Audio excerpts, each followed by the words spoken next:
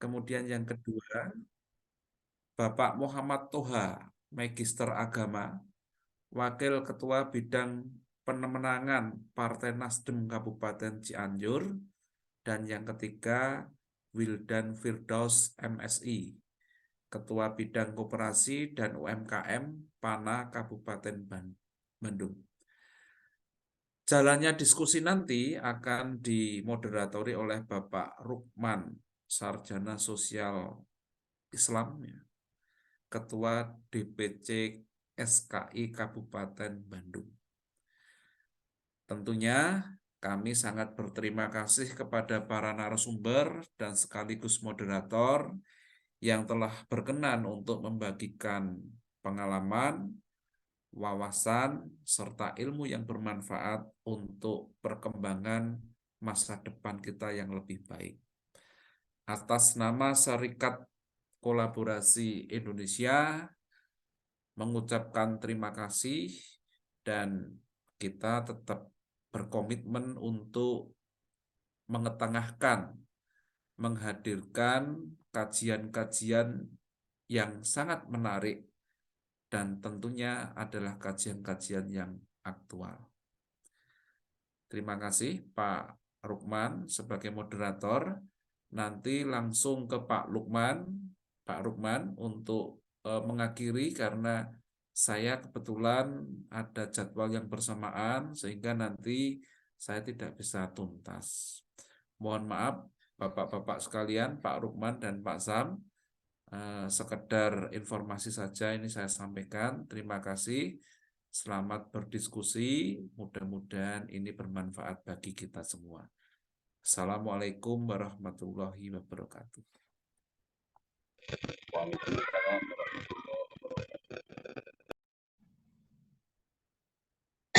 Assalamualaikum warahmatullahi wabarakatuh.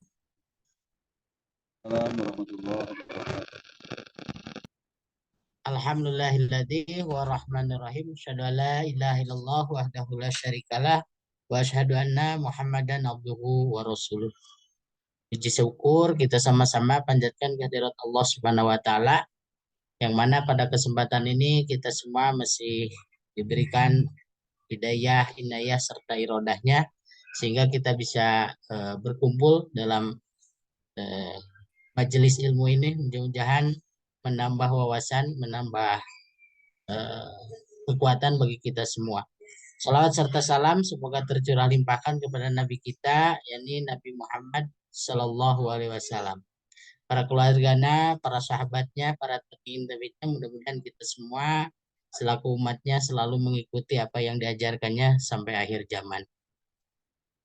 Hadirin yang saya muliakan, pada kesempatan ini kita akan berdiskusi selama 1,5 jam kurang lebih, yaitu mengenai harga pokok yang tak terkendali.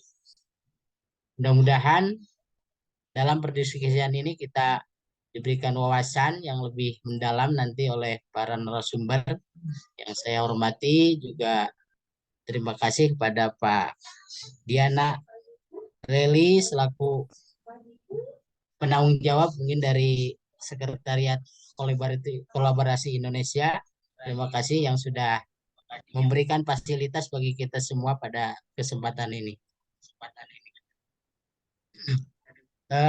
Langsung saja mungkin pada kesempatan ini kita akan berdiskusi selama 1 jam, 1,5 jam yang insya Allah nanti masing-masing para narasumber dikasih waktu 15 menit ya untuk berdiskusi, untuk menyampaikan materinya, untuk menyampaikan gagasan-gagasannya.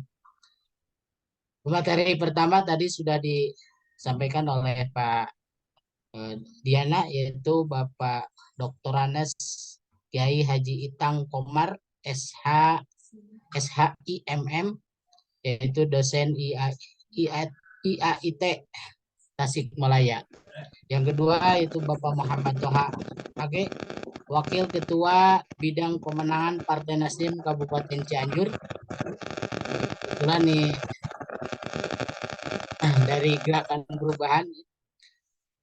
Pemateri ketiga yaitu Bapak Wildan Firdaus, MSI, Ketua Bidang Koperasi dan UMKM Panah, Kabupaten Bandung.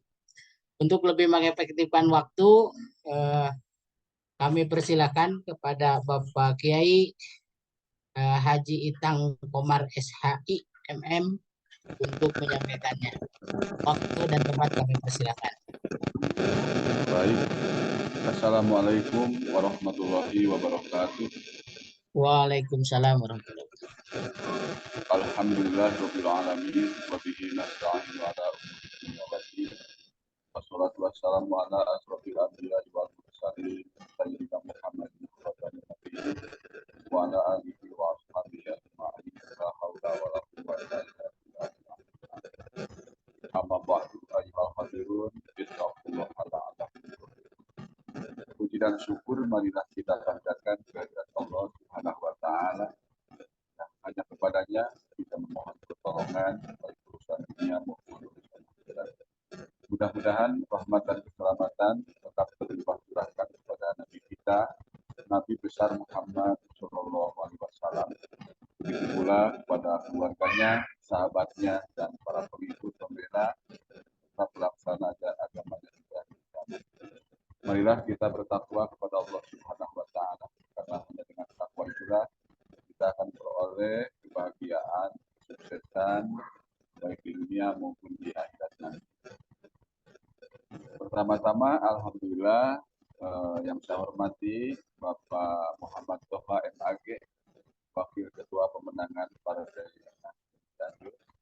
Yang saya hormati pula Bapak Wildan Firdaus MSI, Ketua Bidang Koperasi Bandung. Juga moderator Bapak Lukman SOSI, juga kepada Bapak Diana Leli Indan OSMN. Yang saya hormati semuanya para pimpinan juga para anggota dari SKI. Pada kesempatan ini, alhamdulillah kita bertemu dalam rangka acara dialog aspirasi rakyat dengan tema harga bahan pokok dalam negeri tak terkendali. Baik, teman-teman, sebelum lebih lanjut ke bagaimana tentang harga bahan pokok tak terkendali, kita lihat dulu secara bahasa kata demi kata biar kita akan lebih paham suasananya. Pertama bahwa bahwa harga itu adalah sejumlah nilai yang harus dibayarkan oleh konsumen untuk mendapatkan sebuah barang atau jasa. Kalau misalkan kita akan membeli beras dan ditanyakan kepada pedagang berapa harganya, kemudian dia menjawab bahwa itu 12.000 per kilogram, maka ketika kita atau konsumen ingin mendapatkan beras 1 kilogram itu harus membayarkan uang sejumlah 12.000. Itu namanya harga. Harga itu merupakan sejumlah nilai yang harus dibayarkan oleh konsumen untuk mendapatkan barang dan jasa. Begitu pula tentang jasa juga sama. Kalau kita misalkan akan pergi ke Yogyakarta menggunakan harga tiket kereta api 325.000 dan kita membeli tiketnya dengan harga itu, dan kita bisa mendapatkan jasa dari KAI, jasa angkutannya dari Tasikmalaya. Jadi bahwa harga itu adalah sejumlah nilai yang harus dibayarkan oleh konsumen untuk mendapatkan barang dan jasa. Kemudian tentang bahan pokok. Bahan pokok itu maksud di sini adalah pangan pokok atau bahan dasar yang dibutuhkan dalam kehidupan manusia. Artinya kalau bahan itu tidak ada, maka keberadaan manusia itu sendiri terancam keberadaan. Nah, pangan ini merupakan komoditas penting dan strategi karena pangan ini merupakan kebutuhan pokok tadi sebagai kebutuhan pokok manusia. yang pemenuhannya menjadi hak asasi setiap rakyat Indonesia. Sebagaimana dinyatakan dalam Undang-Undang Nomor 7 Tahun 1996 tentang pangan. Oleh karena itu, terpenuhinya kebutuhan pangan di dalam suatu negara merupakan hal yang mutlak harus dipenuhi. Selain itu, pangan juga memegang peranan penting dan strategis berdasarkan pada pengaruh yang diberikannya, baik itu pengaruh secara sosial, ekonomi maupun politik. Oleh karena itu, ketahanan pangan bagi suatu negara ini merupakan hal yang sangat penting, terutama bagi negara yang mempunyai penduduk yang sangat banyak seperti kita di Indonesia, dan jumlah penduduknya sekitar 230-240 jutaan pada tahun 2023 ini. Ini sudah kita alami dalam pengalaman sejarah bahwa pembangunan di Indonesia ini menunjukkan bahwa masalah ketahanan pangan itu sangat erat kaitannya dengan stabilitas ekonomi, biaya produksi ekonomi juga, dan stabilitas politik nasional. Oleh karena itu, ketahanan pangan ini menjadi syarat mutlak bagi penyelenggaraan pembangunan nasional. Sehingga kecukupan pangan ini menentukan kualitas sumber daya manusia dan ketahanan bangsa. Oleh karena itu, untuk membentuk manusia Indonesia yang berkualitas ini, pangan harus tersedia setiap saat dalam jumlah yang cukup, merata, bergizi, bermutu, beragam, dengan harga yang terjangkau oleh masyarakat. Nah, saudara-saudara, setelah kita mengetahui tentang apa itu harga, apa itu pangan atau bahan pokok, nah, langsung kita bagaimana harga bahan pokok ini tidak tertekan. Pada dasarnya, teman-teman, bahwa harga di pasar itu memiliki volatilitas, artinya memiliki daya gerak ke bawah dan ke atas. Tentu saja, apa sih yang mendorong adanya volatilitas harga? Maka tentu secara ekonomi itu sangat dipengaruhi oleh faktor-faktor baik dari sisi penawaran ataupun dari sisi permintaan. Kalau faktor-faktor yang mempengaruhi dari sisi penawaran itu cenderung memang cenderung sulit dikontrol. Dalam bukunya, Suparmoko tahun 1997 mengatakan bahwa yang mempengaruhi penawaran suatu produk itu adalah jumlah barang yang ditawarkan atau produksi, harga barang, jumlah faktor produksi yang tersedia, keadaan alam, pajak, dan teknologi. Itu adalah hal-hal yang mempengaruhi dari sisi penawaran. Kemudian juga volatilitas tadi dipengaruhi juga oleh tekanan dari sisi permintaan. Kalau tekanan sisi permintaan ini berpotensi meningkatkan harga komoditas pertanian, walaupun memang derajatnya relatif rendah jika dibanding dengan tekanan dari sisi penawaran. Sumber utama peningkatan permintaan komoditas pangan diantaranya adalah memang harga komoditas, kemudian juga berhubungan dengan pendapatan konsumen, juga harga yang berhubungan dengan hal-hal lainnya, termasuk juga selera konsumen. Itu adalah tekanan-tekanan dari sisi penerimaan. Itu secara umumnya. Nah, sekarang baik teman-teman, kita lanjutkan sedikit tentang faktor-faktor yang mempengaruhi harga pangan atau bahan pokok tadi. Pertama adalah jumlah produksi dari sisi penawaran. Sudah dilakukan beberapa studi empirik tentang hal ini. Yang hasil daripada studinya itu menunjukkan bahwa dua faktor yang sangat berpengaruh terhadap pembentukan harga pangan, yaitu faktor produksi dan persediaan.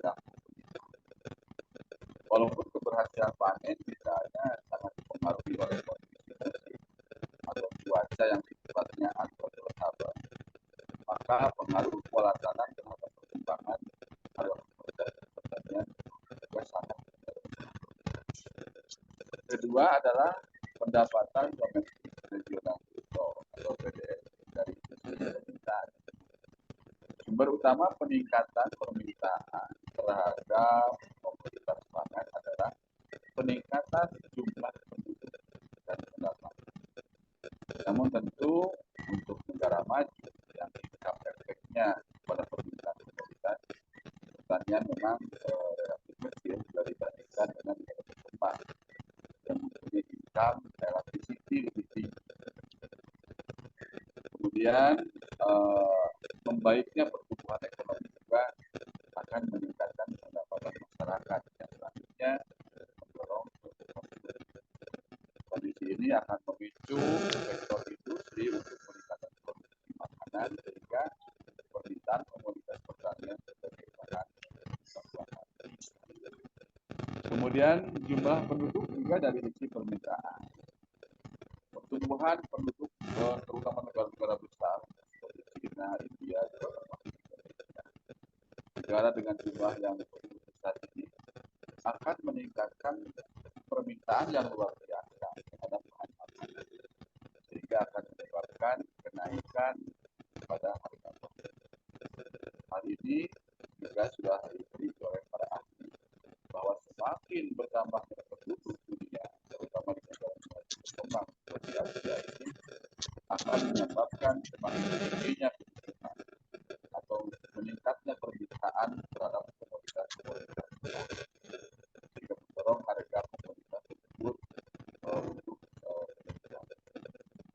kemudian juga yang keempat yang mempengaruhi adalah infrastruktur. Infrastruktur ini dari sisi penawaran ini juga akan sangat mempengaruhi akan menekan terhadap fluktuasi harga tersebut. Nah, teman-teman SKI dan juga para pengacara dan sebagai pemantau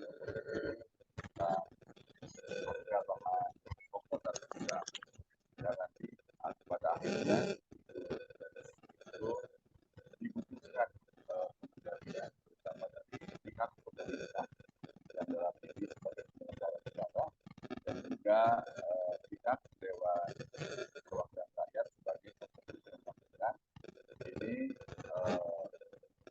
relatif sangat besar peran mereka dalam mengendalikan harga.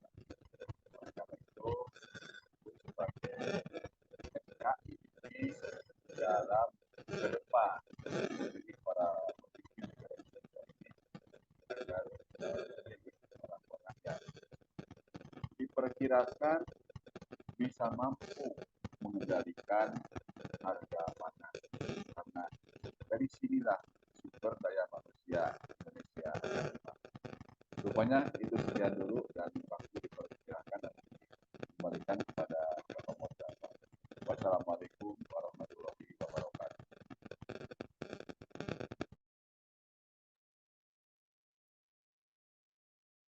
Waalaikumsalam warahmatullahi wabarakatuh.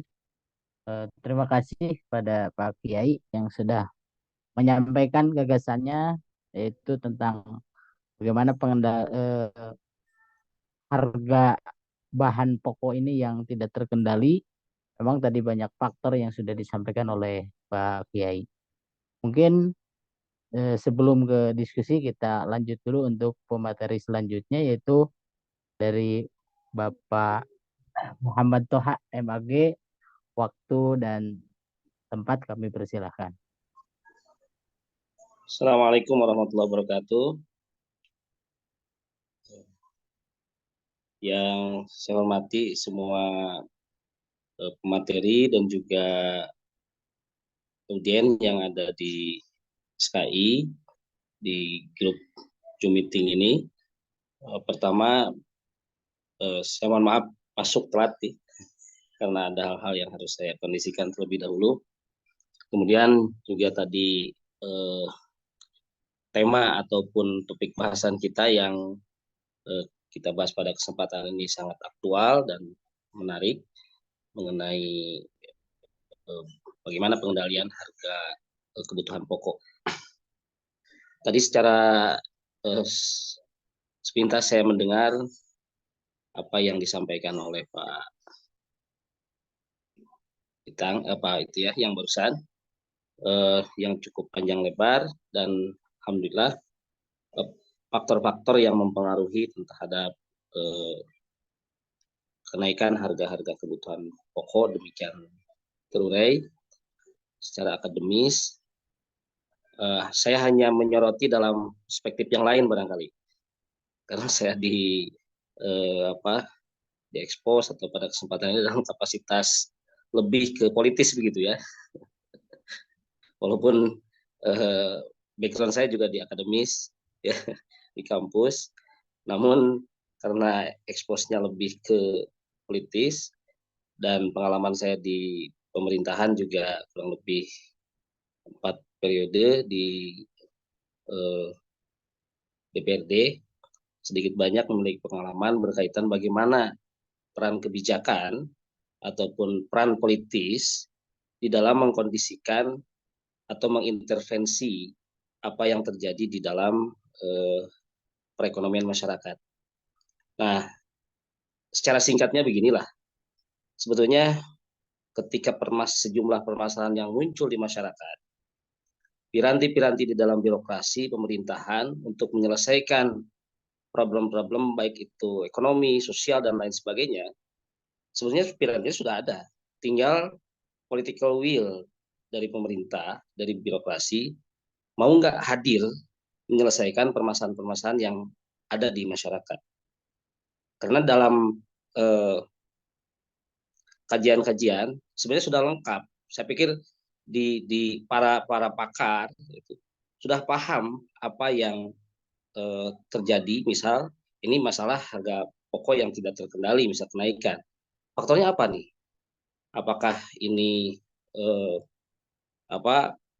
produksi yang kurang atau kebutuhan yang meningkat, gitu. Ataupun ada situasi-situasi apa yang harus disikapi? Sebenarnya pemerintah atau pemerintahan, kalau ada political will untuk menyelesaikan, sangat mudah.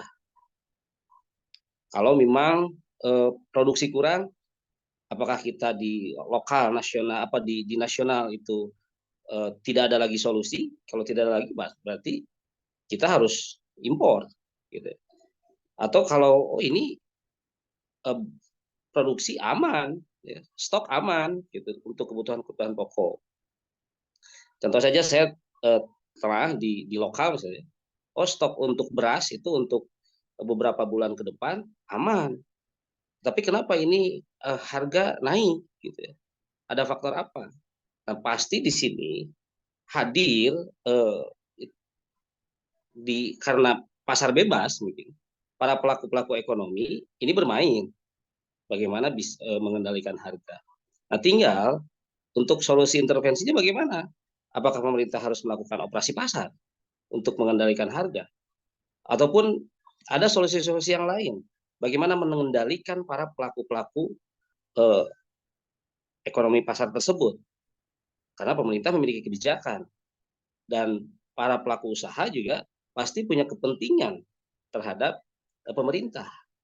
Sehingga di sini bisa diberikan teguran ataupun peringatan supaya para pelaku pasar pun, para pengusaha pun ikut mengendalikan atau menstabilkan harga.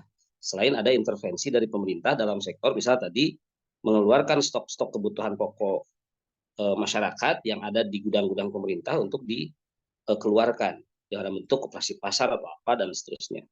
Nah, ini barangkali sudut pandang yang saya pikir dan empirik sering saya lakukan ketika dulu mengikuti perkembangan di pemerintahan. Senantiasa itu kuncinya adalah ada nggak political will dari pemerintah untuk hadir, ya, untuk hadir menyelesaikan permasalahan-permasalahan yang aktual, termasuk tadi bagaimana mengendalikan harga kebutuhan pokok masyarakat yang meningkat. Barangkali itu sudut pandang yang bisa saya sampaikan dalam lembuk pada kesempatan ini. Demikian, Assalamualaikum warahmatullahi wabarakatuh. Waalaikumsalam warahmatullahi wabarakatuh. Terima kasih Pak Muhammad Toha selaku politisi dan juga aktivis pemerintahan yang sudah menyampaikan gagasannya bagaimana peran pemerintah dalam pengendalian harga pokok ini kita sudah dengar tadi. Selanjutnya untuk pembicara narasumber selanjutnya yaitu Bapak Wildan Firdaus MSI selaku Ketua Bidang Koperasi dan UMKM di FANA Kabupaten Bandung. Mungkin ini lebih aktivisnya ya, nanti akan lebih bagaimana sih situasi dan kondisi yang realistis di lapangan. Kami persilakan waktu, kehormatan dan juga tempat kepada beliau. Terima kasih Kang Rukmana. Perkenalkan, nama saya Wildan Firdaus. Sebetulnya aktivitas banyak, alhamdulillah, itu dengan mengisi waktu yang cukup ini juga gitu. Masih terdata aktif di pengajar juga di kampus di UIN Bandung sebagai pengajar tetap. Ya, kemudian beberapa background saya mungkin gabungan dari kebetulan backgroundnya di sumber daya hayati Pak, jadi insya Allah agak sedikit punya gagasan lah. Nanti saya paparkan di beberapa slide, tapi mungkin tadi ada slide yang bisa dibagikan, sudah di-sharekan ke moderator atau ke koordinator tadi yang mengundang. Saya tidak banyak mungkin, tadi faktor-faktor sudah disampaikan oleh Pak Kiai, kemudian Pak Toha sebagai praktisi politis juga sudah memaparkan tentang kebijakan. Jadi karena background saya di manajemen, dulu itu gabungan dengan Hayati di ITB, kebetulan saya magister di sana, jadi alhamdulillah tesis saya juga berhubungan dengan ada sedikit-sedikit manajemennya lah begitu ya. Jadi mudah-mudahan bisa memberikan banyak gagasan yang original, beberapa mungkin nanti dibahas sedikit lah, mudah-mudahan bisa sedikit memberikan solusi. Saya lebih kepada solusi saja, walaupun mungkin agak teoritis, akademis mungkin ya tinjauannya, tapi mudah-mudahan bisa jadi wawasan kita lah. Baik, sedikit saja, hanya mengupas saja. Tadi sebenarnya sudah disampaikan oleh Pak Kiai, Pak Muhammad Toha juga sebagai praktisi politik juga dalam aspek kebijakan juga sudah disampaikan, betul sekali. Cuman mungkin ada PR besar kita ketika gangguan itu di luar yang tidak bisa terkendali. Contoh seperti kondisi hari ini, pandemi, kemudian ada perang, padahal perangnya jauh di luaran kita, tapi dampaknya juga terasa. Jadi hal itu karena koneksivitas kita dalam satu globalisme atau dunia yang saling terhubung gitu. Jadi kita juga tidak bisa menghindari aspek-aspek yang berhubungan dengan belahan dunia yang lain karena kita sebagai satu biosfer, satu komunitas manusia secara umum begitu.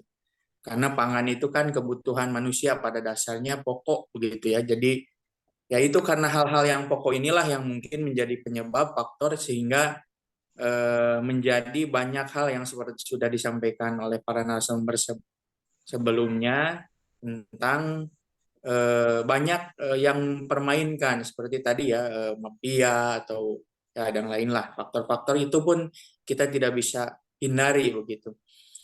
Nah, mungkin secara hal-hal ya saya mengutip saja, jadi ada Irjen yang memberikan statement lah di media begitu ya, ada 4 faktor yang irjennya Irjen Perdagangan, jadi itu mengatakan ya, mengutip saja, saya hanya mengutip saja, ada 4 faktor katanya mempengaruhi harga sehingga menjadi tidak terkendali. Pertama faktor psikologis, terutama mendekat harga, misalnya ketika berbicara ada momen-momen Ramadan. Kemudian ada iklim, faktor iklim juga kita juga tidak bisa menafikan.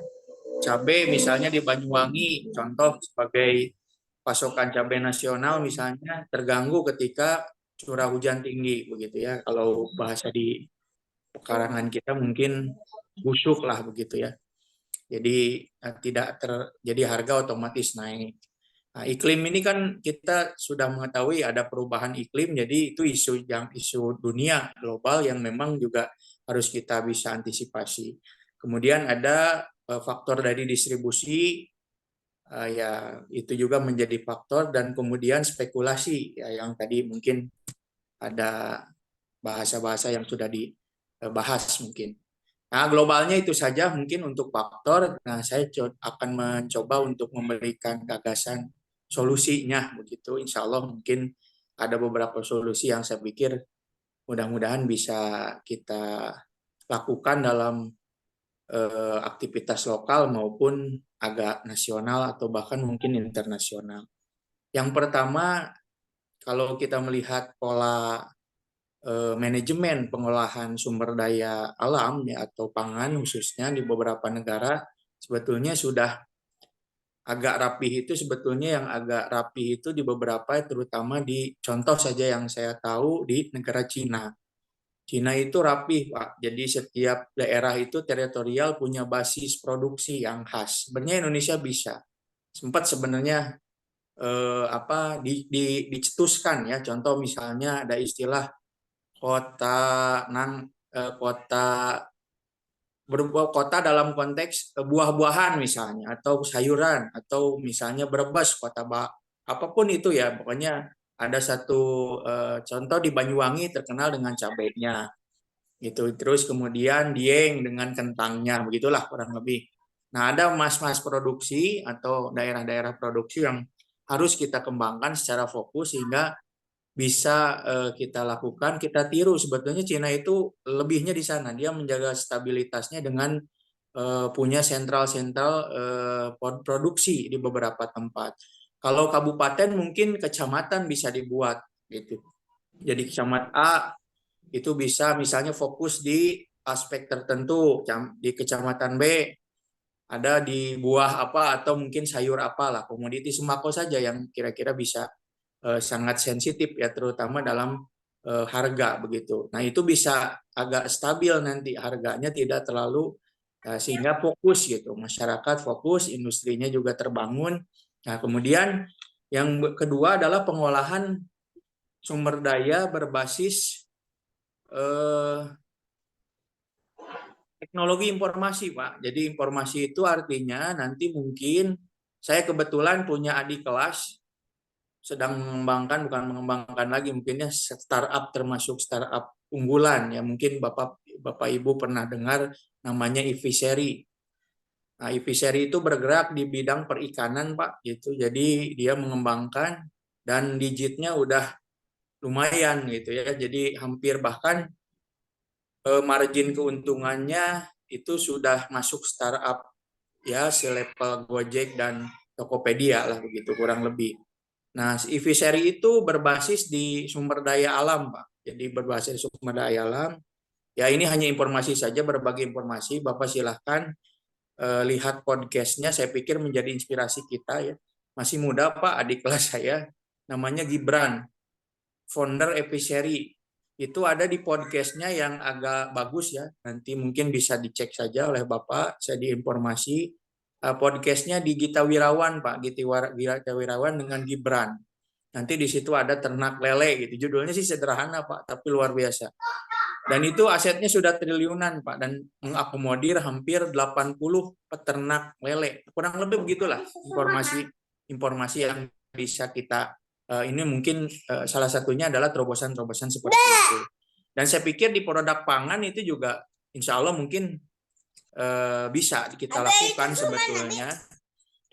Nanti kita bisa lakukan ya semacam teknologi begitu ya, revolusi teknologi dalam bidang informasi, terutama nanti kita kemudian turunannya adalah bagaimana hadirnya teknologi pra panen, pas panen, kemudian pasca panen. Itu menjadi yang penting juga ya, jadi solusi penting bagaimana kemudian satu komoditi itu kita bisa bisa lakukan terobosan-terobosan secara teknologi untuk memberikan komoditas yang kira-kira bisa awet tapi tidak membahayakan kesehatan manusia begitu.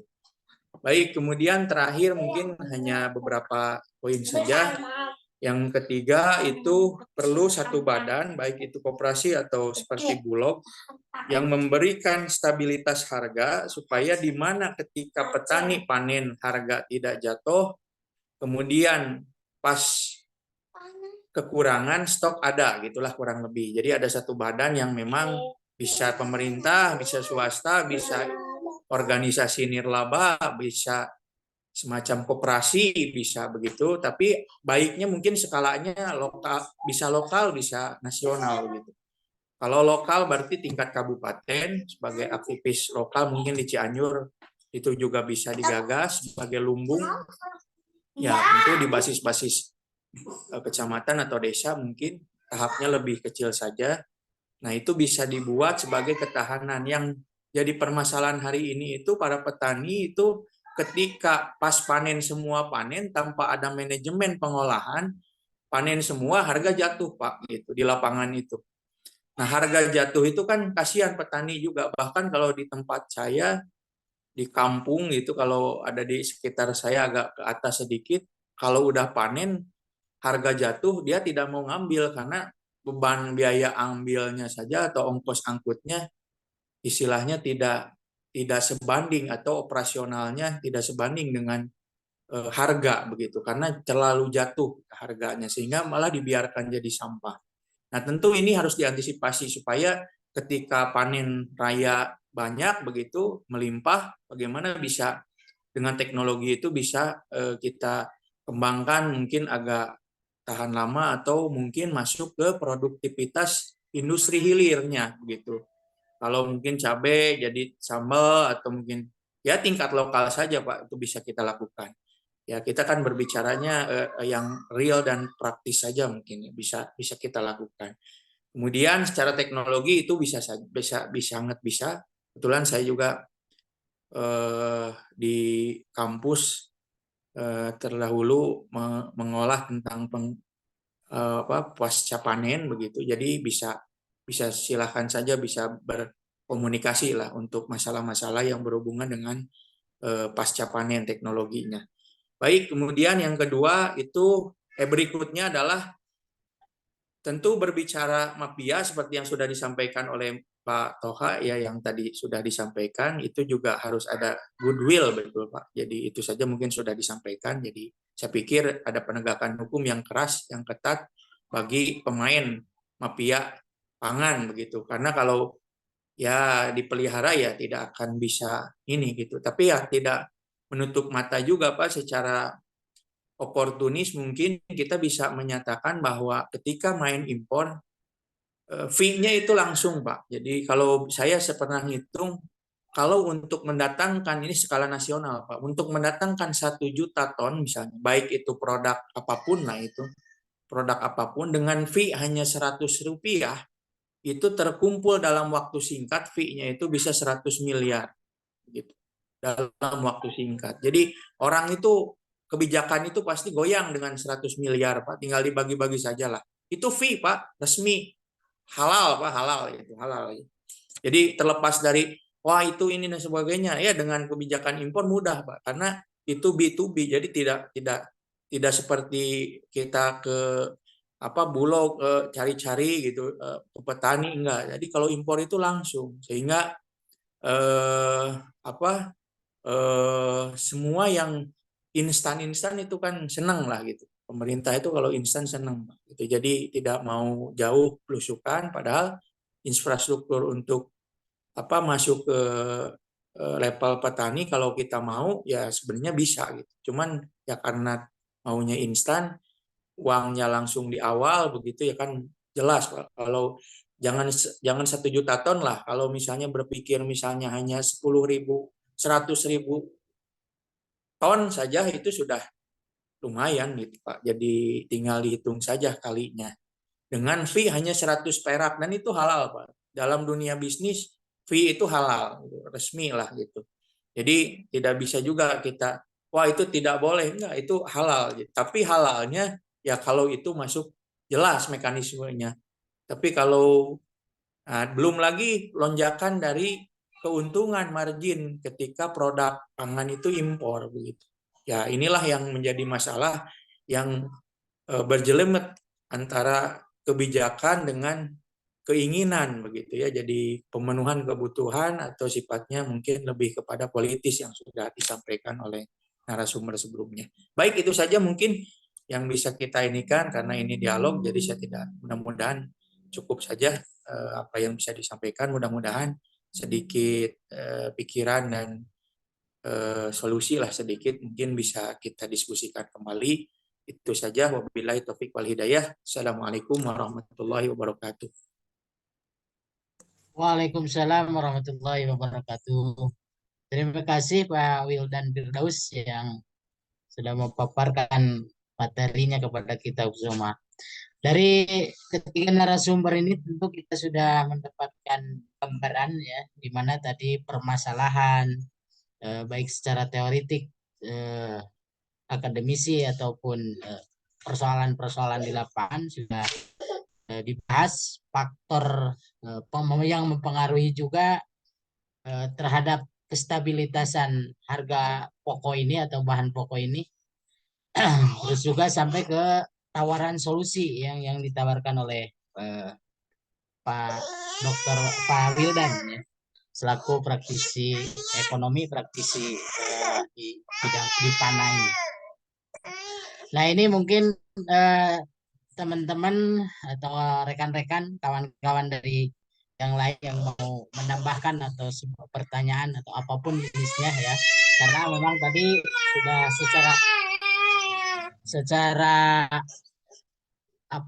secara filosofis jelas bahwa ekonomi ini, kestabilan ekonomi itu menentukan juga pada kualitas SDM ya. Tentu di sisi lain kita kenaikan bahan pokok ini tentu memberikan tambahan atau memberikan kesejahteraan bagi petani ya sebagai produsen. Tapi di sisi lain mungkin bagi yang terjangkau menjadi persoalan. Nah, ini mungkin yang bagaimana agar kita pada dasarnya mensejahterakan masyarakat ini, yaitu dari petaninya sejahtera dan juga si pembeli juga dapat menjangkau karena dia secara ekonominya mampu ya. Mungkin untuk diskusi agar kita lebih, karena punya waktu yang lumayan leluasa, lebih luas untuk kita berdiskusi, silahkan untuk dua penanya dulu, audien yang mau bertanya ataupun ya sharing informasi, sharing pengalaman di lapangan kita. Mangga.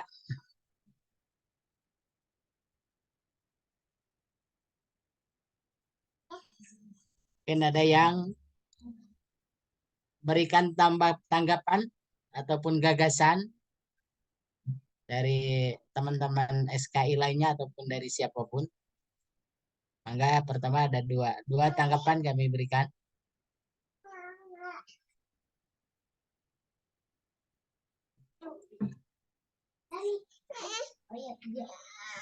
Assalamualaikum Pak Karim, Pak Rukman. Waalaikumsalam warahmatullahi wabarakatuh. Ya, dari UUN Tami Harja di Oh Cirebon. iya, siap Pak Ketua. Fotonya foto anak saya, jadi saya pinjam laptop. Oh, iya. Terima kasih, selamat malam Pak Muhammad Toha, Pak Dr. Itang, kemudian Pak Wildan, dan juga teman-teman yang tergabung dalam diskusi pada malam hari ini. Ya, menarik lah soal bicara isu tentang harga yang semakin melonjak ini, karena ini bukan hal baru ya. Selalu saja terjadi peristiwa satu, harga jatuh gitu ya, kemudian produsen mengeluh. Kalau pada saat ini adalah harga semakin mahal, konsumen mengeluh begitu ya kira-kira. Yang paling mudah dan menarik adalah dari kacamata politik, mungkin sebagaimana disampaikan oleh Pak Muhammad Toha tadi ya. Karena berpikir politik itu membypass.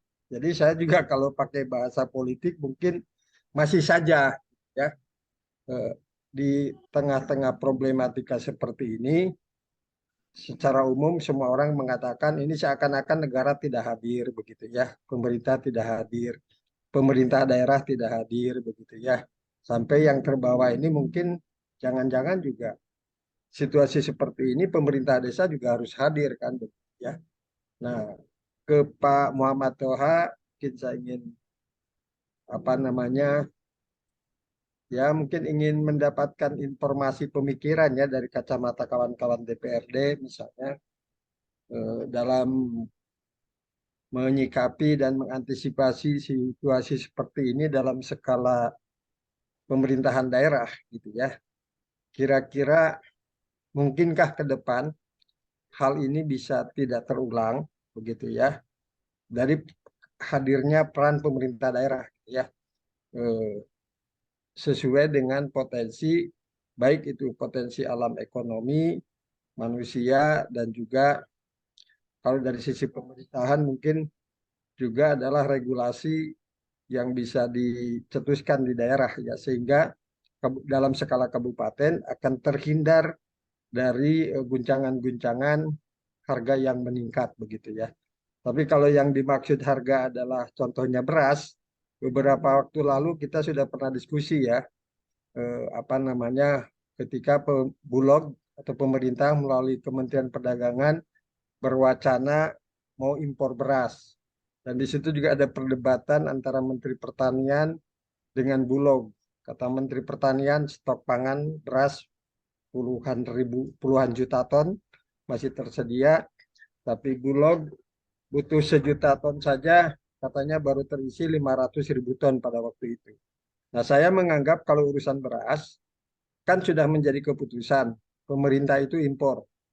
Jadi dalam pemahaman saya per saat ini mestinya tidak terjadi beras itu mahal. Berarti operasi pasar sudah berjalan dong kan begitu ya. Nah, kalau misalnya ternyata masih mahal berarti mungkin impornya belum apa namanya belum sampai begitu ya, belum terjadi dan operasi pasar juga belum ada. Itu. Kalau di luar beras, saya kira ada sumber daya potensi juga di daerah yang mungkin mampu mengantisipasi. Termasuk juga beras sebetulnya ya. Ada beberapa daerah yang surplus pangan sebetulnya. Contohnya Indramayu itu kurang lebih 140.000 hektar. Cirebon itu 51.000 hektar. Cianjur juga besar itu ya. Ada beberapa kabupaten yang surplus sebetulnya ya berdasarkan luas lahan begitu ya. Dan kegagalan saat ini memang ada karena faktor musim tapi juga tidak terlalu fatal sebetulnya ya. Saya juga sepengetahuan saya di Cirebon masih lebih dari 60% lah ya petani panen begitu ya. Tapi juga ini ada catatan sebetulnya tentang dunia pertanian ya. Tapi ini urusannya dinas pertanian nanti karena ada olah tanah yang tidak seragam, tanam tidak seragam dan seterusnya sehingga rentan terhadap serangan hama dan atau penyakit. Nah itu yang dalam skala daerah saya ingin mungkin ada ya ada pikiran-pikiran yang dapat disampaikan oleh Pak Muhammad Toha. Kalau contoh ketika kisah harga jatuh, saya dulu pernah mengapresiasi cabai jatuh di Kabupaten Brebes, ya Bupati turun tangan dan menginstruksikan kepada 9.000 ASN untuk membeli cabai. Nah, itu contoh ya dalam skala daerah ternyata kejatuhan harga sayuran cabai bisa diantisipasi gitu ya sehingga petani tidak jatuh rugi ya gitu. Kemudian kalau ke Pak Itang yang dari Tasikmalaya dari perguruan tinggi, nah kami juga mungkin saat ini ke depan sangat berharap sebetulnya peran perguruan tinggi dalam melakukan kajian-kajian ya, kemudian penelitian-penelitian sehingga bisa melakukan langkah-langkah preventif sebagai bahan rekomendasi kepada pemerintah daerah juga begitu ya. Mudah-mudahan tanda-tanda problematika seperti ini bisa disampaikan kepada Pemda dan Pemda juga bisa mengantisipasi begitu kira-kira. Dan ke depannya perguruan tinggi juga bisa bermitra dengan Pemda ya dalam rangka menjaga stabilisasi dalam hal ini ekonomi. Untuk sementara itu yang dapat saya sampaikan Pak Rukman. Terima kasih. Wassalamualaikum warahmatullahi wabarakatuh. Waalaikumsalam warahmatullahi wabarakatuh. Terima kasih Pak Jun yang telah berikan komentarnya begitu. Ya. Luar biasa. Oke, dilanjut atau kita tanggapi dulu ya satu permasalahan ya yang tadi ajukan oleh Pak Un itu mungkin kewenangan pemerintah daerah, sejauh mana kewenangan pemerintah daerah dalam mengendalikan harga pangan lah atau harga bahan pokok ini. Mungkin ke Pak, ini ditunjukkan ke Pak Muhammad Toha ya, sebagai peran politis ya di pemerintahan. Maka Pak Muhammad Toha, Pak Toha untuk memberikan Ya, tanggapan. Pak Lukman. Terima kasih Pak Un yang sudah menanggapi dan menarik apa yang beliau sampaikan. Betul bahwa kenaikan harga, kemudian juga melimpahnya produksi sehingga menjatuhkan harga juga khususnya di sektor pangan, ini bukan barang baru bagi di kita. Bahkan ya sering korbannya adalah petani biasanya. Ya, Bahkan kalau kita katakan lebih jauh, di sini petani yang lebih ekstrimnya lagi adalah buruh tani sebenarnya korban yang lebih sangat-sangat dirugikan, karena di daerah-daerah itu kalau petani kan yang punya lahan banyak sekali yang bertani tetapi tidak memiliki lahan dan untuk memenuhi kebutuhan hidupnya itu sangat-sangat tidak mencukupi.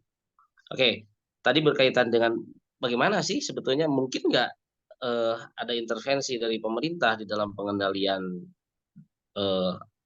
harga, termasuk juga langkah-langkah yang sistematis, preventif bisa dilakukan. Saya pernah mengalami situasi seperti ini sampai terpikirkan harus ada kesinambungan dari pusat sampai ke daerah-daerah, bahkan sampai ke tingkat desa. Kenapa? Karena posisi sekarang dari segi anggaran, kita dari APBN, APBD provinsi, APBD kabupaten kota, sampai dengan APBDes, itu alokasi anggaran sebetulnya sangat melimpah. Desa saja sekarang sudah luar biasa, anggaran-anggaran desa. Tinggal bagaimana ini kita, pemerintah membuat sebuah polisi, khususnya untuk pengendalian di sektor ekonomi. Misal, apa yang harus diproteksi untuk pengamanan kebutuhan-kebutuhan pokok, jenis apa. Nah, dalam posisi ini, pusat mungkin memiliki BUMN, provinsi, kabupaten kota memiliki BUMD. Nah, desa memiliki BUMDes. Bagaimana peran-peran badan-badan usaha ini bisa memproteksi ketersediaan pangan yang memang menjadi pokok. Sehingga tadi, kalaupun berbicara impor, sebenarnya kita bisa-bisa saja tidak impor. Ya. Dan yang tadi kan berbicaranya nanti hubungannya dengan para pelaku-pelaku usaha yang senantiasa mengendalikan harga dan seterusnya, karena seakan-akan harga itu jadi bebas di pasaran. Nah, yang bisa menyaingi sektor anggaran untuk pengendalian harga tadi itu hanya pemerintah. Berapa misal yang harus diintervensi ketika produksi melimpah dengan harga yang layak, tidak dijatuhkan harga kepada para petani atau buruh tani itu, berapa harga yang bisa layak aman.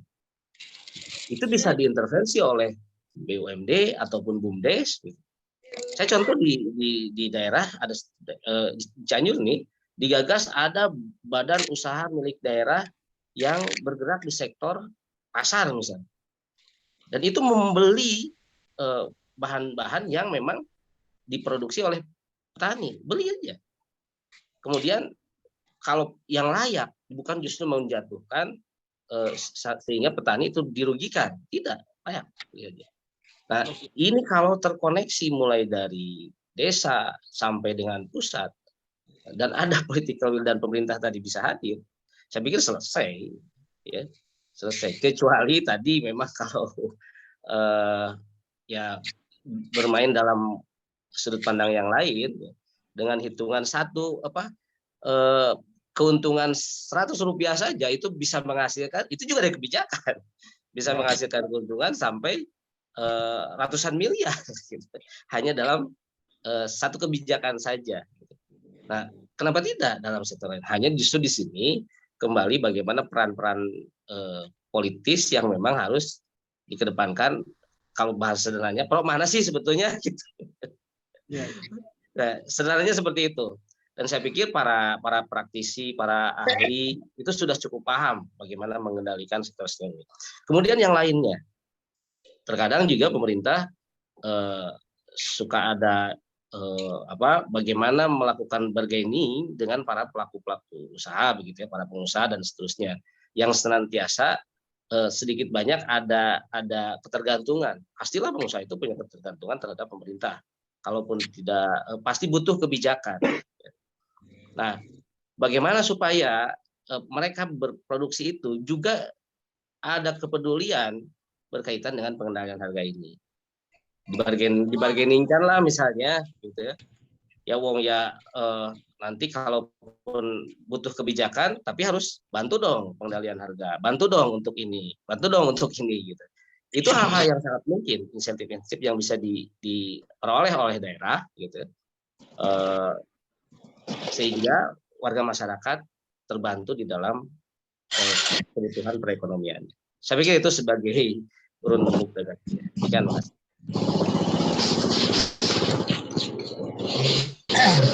Kelihatannya sangat mungkin ya secara kewenangan ataupun instrumen yang sudah ada di pemerintah daerah bahkan sampai ke pemerintah desa. Kuncinya ada di pemerintah itu sendiri ya, mau enggak gitu ya. Oke, kita lanjut ke yang kedua, yaitu peran perguruan tinggi ini dalam upaya pengendalian atau dalam mempengaruhi kebijakan pemerintah agar pemerintah mau atau berkeinginan untuk melakukan apa yang tadi disampaikan oleh Pak Toha ya. Silakan mungkin ke Pak Kiai dan juga bisa Pak Wildan juga lah dari sisi itu. Makasih banget Pak Kiai.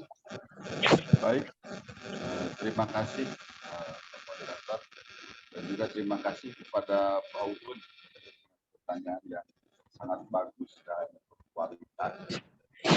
Bahwa kami di perguruan tinggi itu melakukan penelitian itu berkewajiban satu kali penelitian dalam satu semester. Belum lagi teman-teman mahasiswa yang di perguruan tinggi kami saja di jurusan ekonomi syariah itu ada 80 orang. Semuanya juga melakukan penelitian di akhir. Penelitian kami diarahkan pada masalah ekonomi yang paling aktual yang terjadi di masyarakat. Sehingga apa yang sesungguhnya terjadi di masyarakat itulah sebuah hasil pertanian, hasil dari penelitian kami. Kewenangan kami ini hanya sampai pada penelitian tersebut. Setelah melakukan penelitian, kami berharap agar hasil penelitian kami ini dipakai oleh para pemangku kebijakan. Jadi para pemangku kebijakan ini tinggal memakainya gitu, karena ini hasil penelitian yang ada di masyarakat. Jangan sampai ada anggapan bahwa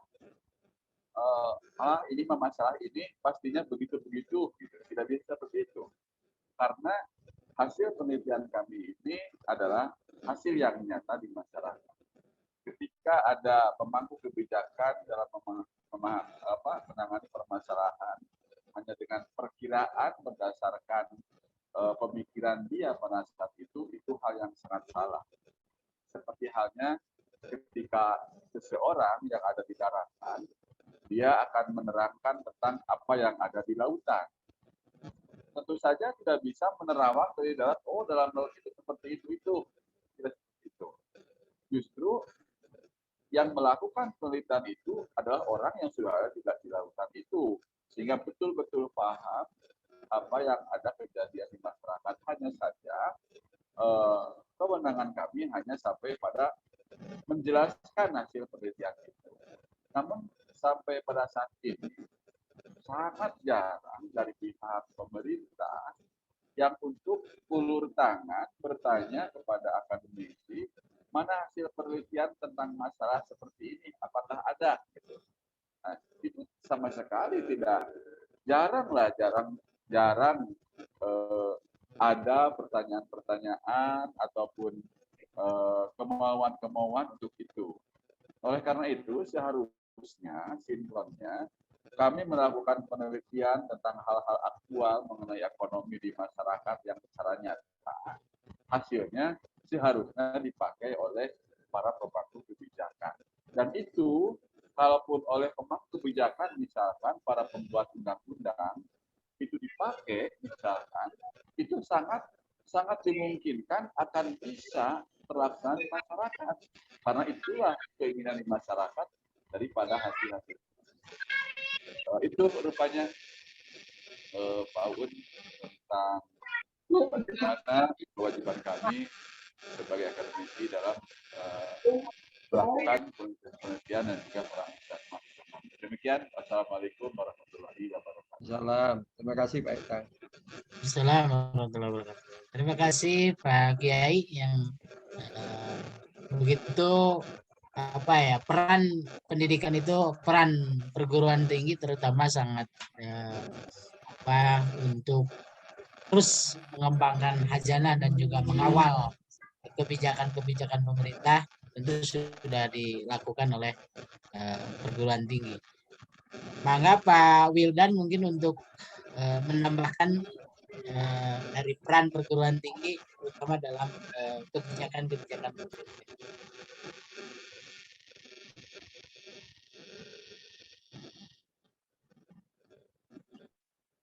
Baik, Kang Mangga, ya mungkin kalau dalam perspektif akademik gitu ya, kalau kita juga masuk ke rumpun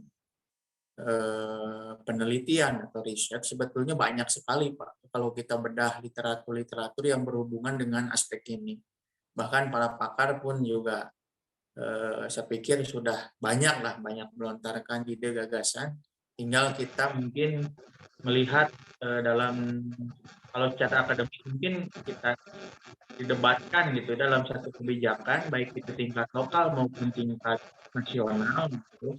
Nah, hal-hal apa saja. Jadi kalau di kampus ada hearing namanya, mungkin kalau di tingkat nasional harusnya ada sebetulnya pembandingnya di DPR mungkin ya Pak gitu ya. Jadi sebagai fungsi kontrolnya begitu.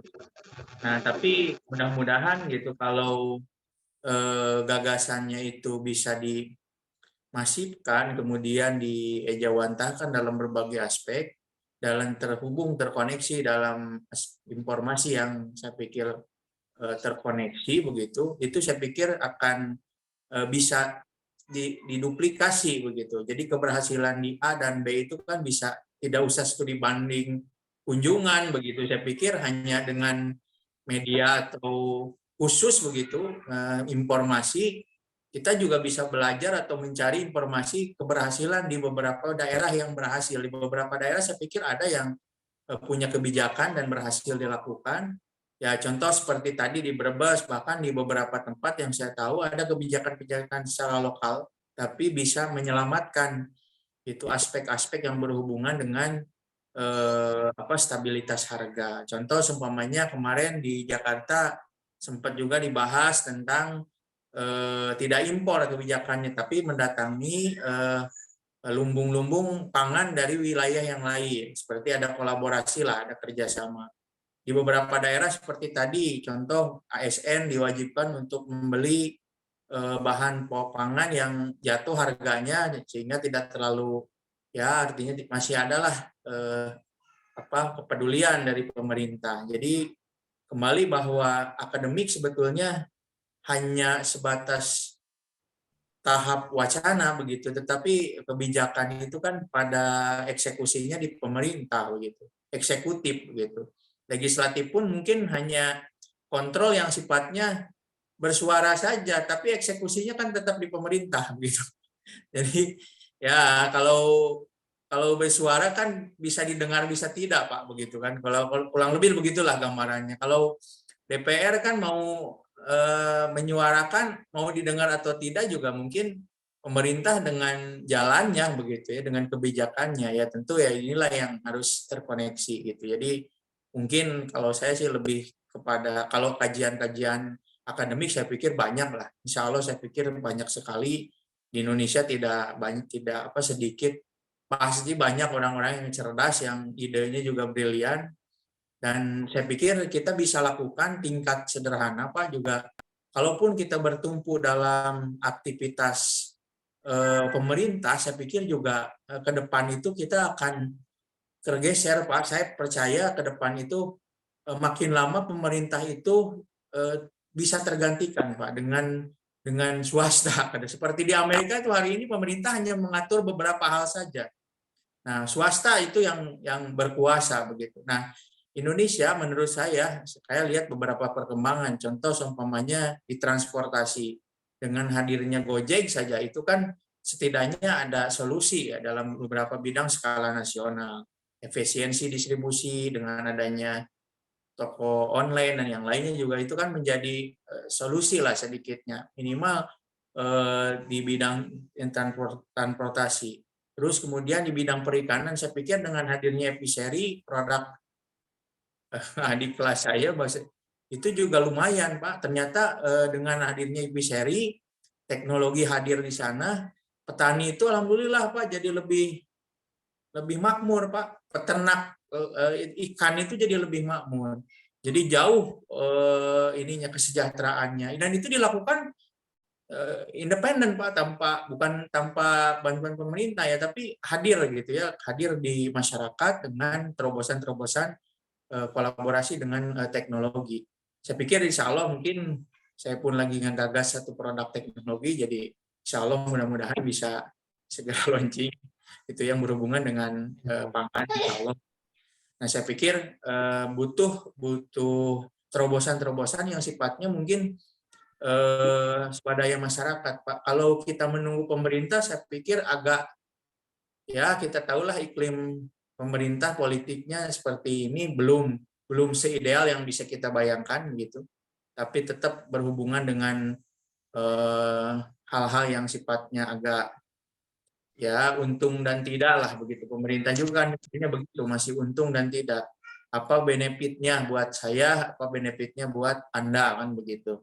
Apa benefitnya buat tim kita, apa benefit seperti itulah. Karena ya sekali lagi kalau kita berbicara aspek-aspek pemerintah, tentu memang harusnya pemerintah hadir, tapi kan kenyataannya sampai merdeka pun kita juga pemerintah kan tidak hadir gitu, tidak hadir, seolah-olah tidak hadir ya. Kalau saya pikir kalau di lapangan kan begitu bahasanya, seolah-olah tidak hadir gitu. Pemerintah mana kan gitu. Baik, itu saja mungkin ya, sepertinya kita harus mencoba terobosan lah dengan aspek yang lain selain mungkin kita berjuang dalam aspek politis begitu. Tapi ya harapan masih ada Pak. Ya bangga, silakan. Terima kasih. Terima kasih Pak Wildan yang sama-sama sudah berikan feedback ya dari Pak Uun tadi, bagaimana peran pemerintah dan juga akademisi. Tentu ini sangat saling kesinambungan ya, satu antara akademisi dengan pemerintah ini. Cuman ke depan mudah-mudahan kebijakan-kebijakan pemerintah ini lebih rasional ya, ditunjang dengan akademisi yang kuat tadi. Tentu agar apa yang dan menjadi keinginan tadi dari Pak OH, yaitu bagaimana pemerintah daerah ataupun pemerintah desa bisa ada keinginan yang kuat untuk bagaimana mengendalikan hal ini. Maka Pak Inten masih ada waktu 10 menit untuk kita berdiskusi. Kalau ada yang masih siap, maka. Jarawi. Pak Jahrawi, maka. Assalamualaikum warahmatullahi wabarakatuh. Waalaikumsalam. Alhamdulillah saya masih bisa ikut agenda ini. terkait dengan harga pangan tadi ya, tidak terkendali. Ini fakta yang mengindikasikan belum optimalnya peran pemerintah dalam hal melaksanakan amanah pembukaan UUD 45. Nah, oleh karena itu sebenarnya status legislator atau DPR dan mungkin eksekutif pemerintah ini sebenarnya ngapain sih sekarang? Ya, kalau saya cermati memang masyarakat kita atau bangsa ini terdampak oleh krisis eksistensi, sehingga saya akan bertanya, apa yang mungkin bisa dilakukan pemerintah sehingga amanah pembukaan ini dapat dipenuhi, mengingat jabatan masing. Nah, mudah-mudahan yang saya tanyakan ini meskipun pesertanya hanya 17, nanti bisa berbagi atau di-share dengan yang lain.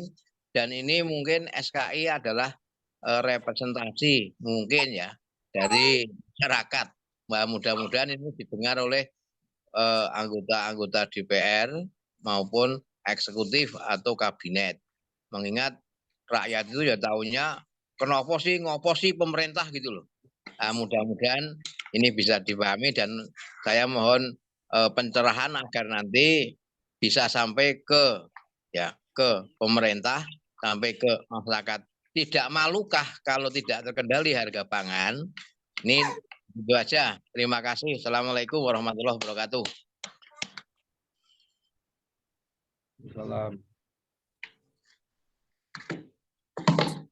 Waalaikumsalam warahmatullahi wabarakatuh. Terima kasih Pak Jahrawi ya.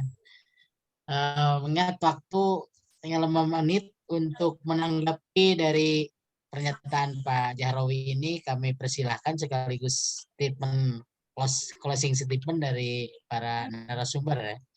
Maka dari Pak Kiai dulu untuk pertama untuk menanggapi dan sekaligus closing statementnya. Baik, terima kasih atas waktu yang diberikan dan pernyataan dari Pak Jahrawi ini. Andaikan saya jadi pemerintah ini terasa sebagai pukulan keras. Kemana saja sih pemerintah itu?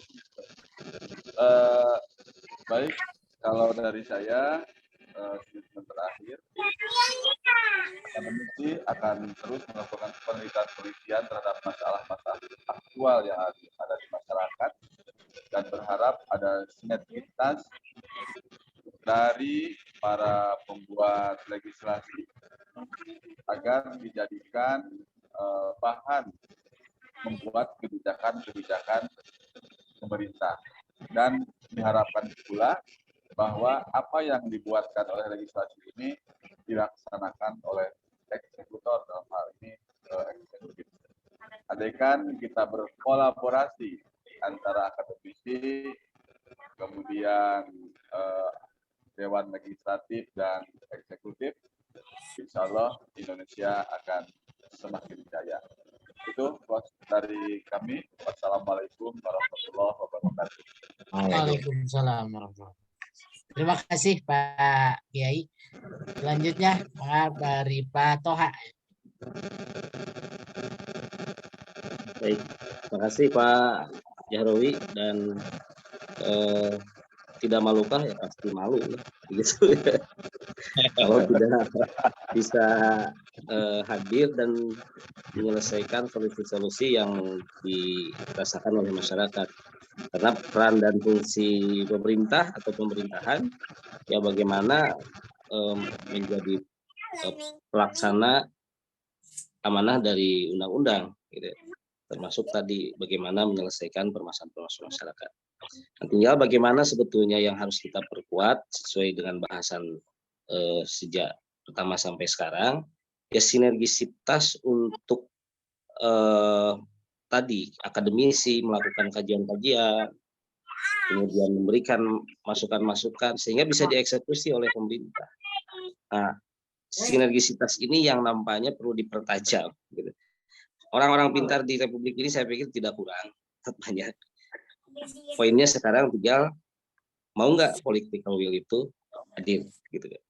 Mau bisa tidak kita menghadirkan jiwa-jiwa pemimpin yang memang negarawan, yang mau untuk menyelesaikan permasalahan-permasalahan di masyarakat.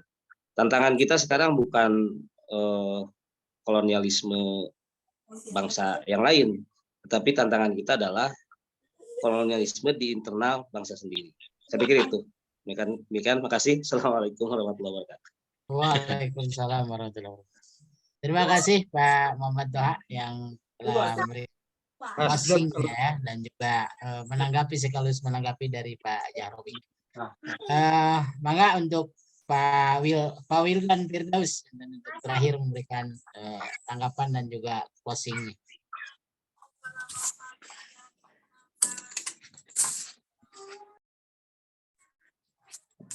Maaf Pak, ini baik on off cam dulu mungkin Pak. Ya mungkin tadi sudah saya sudah clear sebetulnya di diskusi kita. Jadi stabilitas harga itu sangat sensitif. Tentu peran vital hari ini tertumpu pada objek ketiga begitu, subjek ketiga. Pihak ketiga maksudnya ya di sini pemerintah. Ya kita mungkin masyarakat atau siapapun kita, aktivis, akademis maupun apapun, termasuk legislator juga tumpuannya di pemerintah hari ini. Tapi mudah-mudahan mungkin nanti ke depan, ya saya hanya mengajak saja, saya pikir revolusi di bidang pertanian atau pangan, ketika tumpuannya ke pemerintah, saya pikir bukan pesimis Pak, sampai kapanpun juga saya pikir pemerintah belum bisa sampai hari ini kan terbukti kan sudah mungkin ya terulang kembali gitu. Yang korban kan seperti tadi sudah disampaikan buruh tani, petani dan yang lain itu korban pertama itu. Konsumen jadi korban biasanya. Dan petani juga korban juga Pak. Jadi saya pikir bagaimana kita melakukan terobosan sebagai masyarakat, kita juga punya gagasan, banyak saya pikir, contohnya dalam beberapa teknologi hari ini sangat memungkinkan untuk terjadi.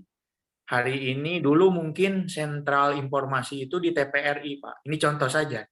Revolusi teknologi hari ini merubah bahwa masyarakat, netizen gitu, kan bedanya citizen dengan netizen itu kan, kalau citizen itu dunia nyata Pak, gitu warga. Nah kalau netizen itu di dunia maya.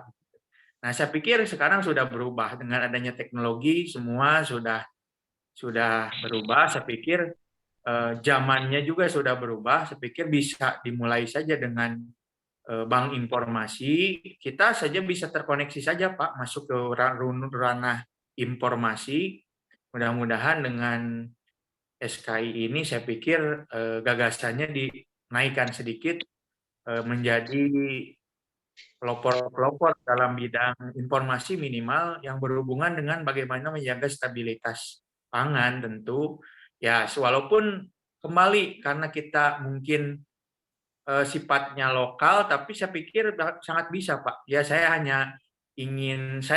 terinspirasi saja Pak oleh kegiatan yang dilakukan oleh Ipiseri Pak gitu. Jadi Ipiseri itu murni swasta, tapi dia bisa meningkatkan produktivitas pertanian khususnya di perikanan Pak gitu ya, dengan nilai yang sangat tinggi. Bapak silakan, saya pikir kita juga punya banyak inspirasi, termasuk Gita Wirawan mantan menteri pun dia sangat survive gitu ya, dengan terkejut lah dengan ide gagasan luar biasa. Saya pikir itu bisa dilakukan dalam bidang-bidang yang lain gitu. Mangga saja silakan, mungkin diskusi ini terbatas, saya pikir bisa saja untuk melihat lebih menginspirasi skalanya gitu. Mungkin kita bisa melakukan tindakan-tindakan lebih konkret. mudah-mudahan kita bisa merealisasikan lah 1-2 wacana yang bisa kita diskusikan malam ini dalam bentuk langkah-langkah yang agak konkret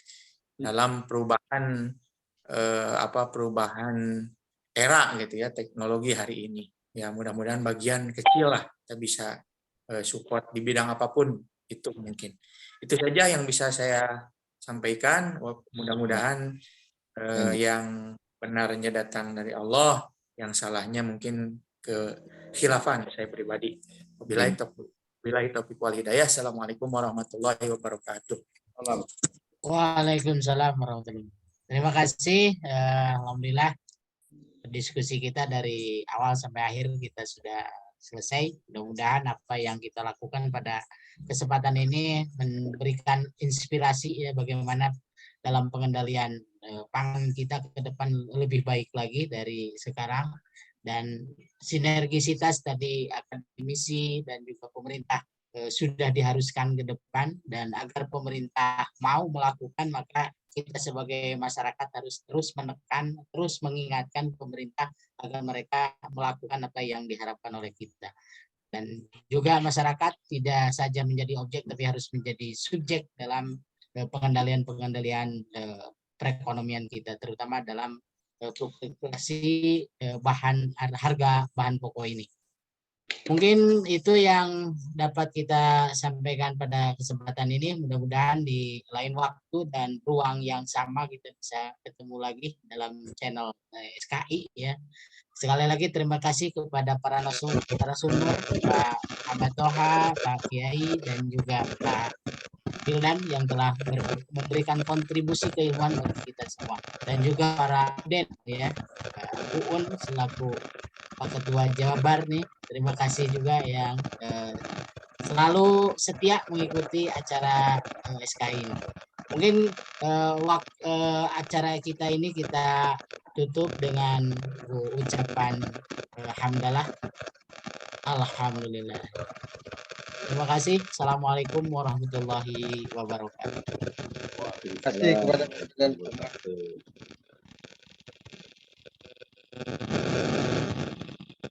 Mohon izin live semua. Terima kasih. Terima kasih Ustaz. Terima kasih semua Matadun. Pak Wildan. Insyaallah nanti kita ketemu.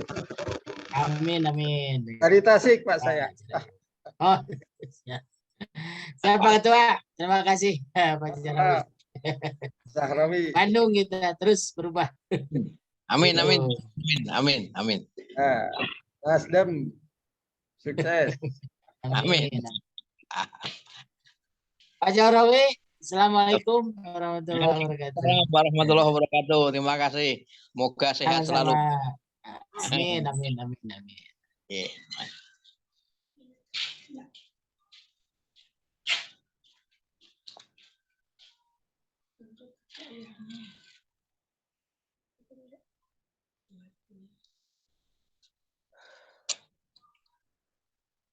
Ngisi mbangane kan sing takon ya sak